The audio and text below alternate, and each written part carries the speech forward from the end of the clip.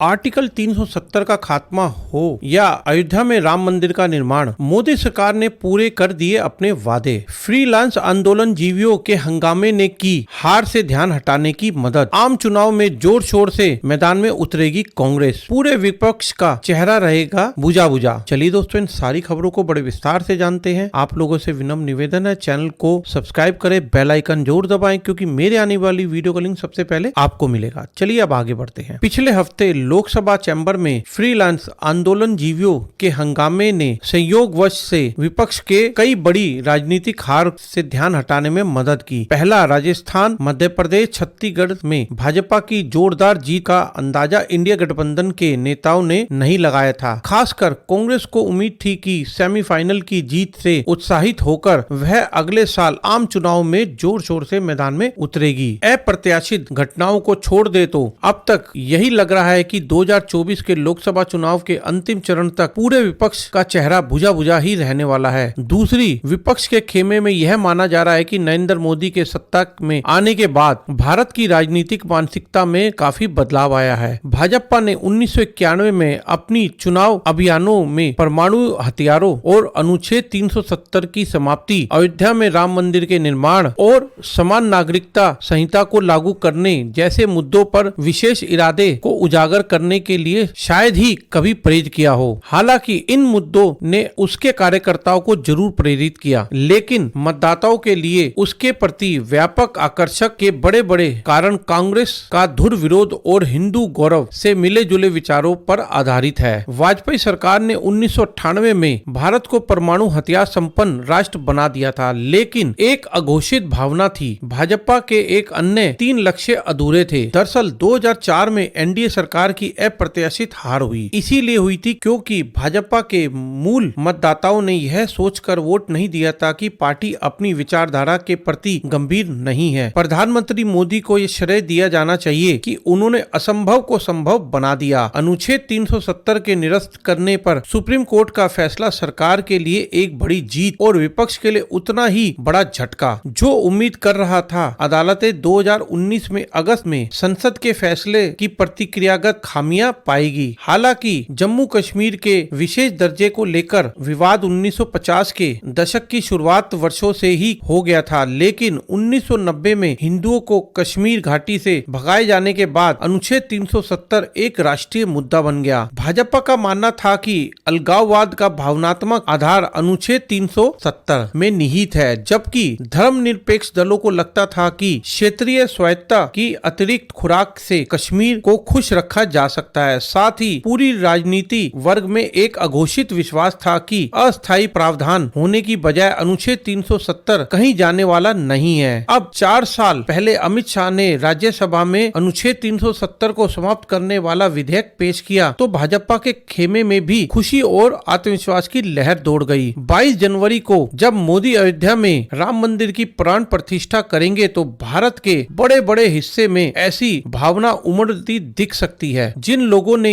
या तो 1990 के दशक में कार सेवा में भाग लिया था या पिछले चुनाव में भाजपा को वोट देकर आंदोलन का समर्थन किया था, उन्हें वास्तव में विश्वास नहीं था कि अपने जीवन काल में भव्य राम मंदिर देख पाएंगे। यहाँ तक कि भाजपा के भीतर भी एक वर्ग ऐसा था जिन्हें लगता था कि पार्टी के हिंदुत्व राग सिर्फ चुनावी स्टंट है, जबकि शासन का खेल बिल्कुल अलग है। पिछले 9 वर्षों में तो और खासकर 2019 में फिर से चुनावी जीतने के बाद मोदी सरकार ने कभी वैचारिक रूप और कुशल शासन के बीच माने जाने वाले अंतर को नाटकीय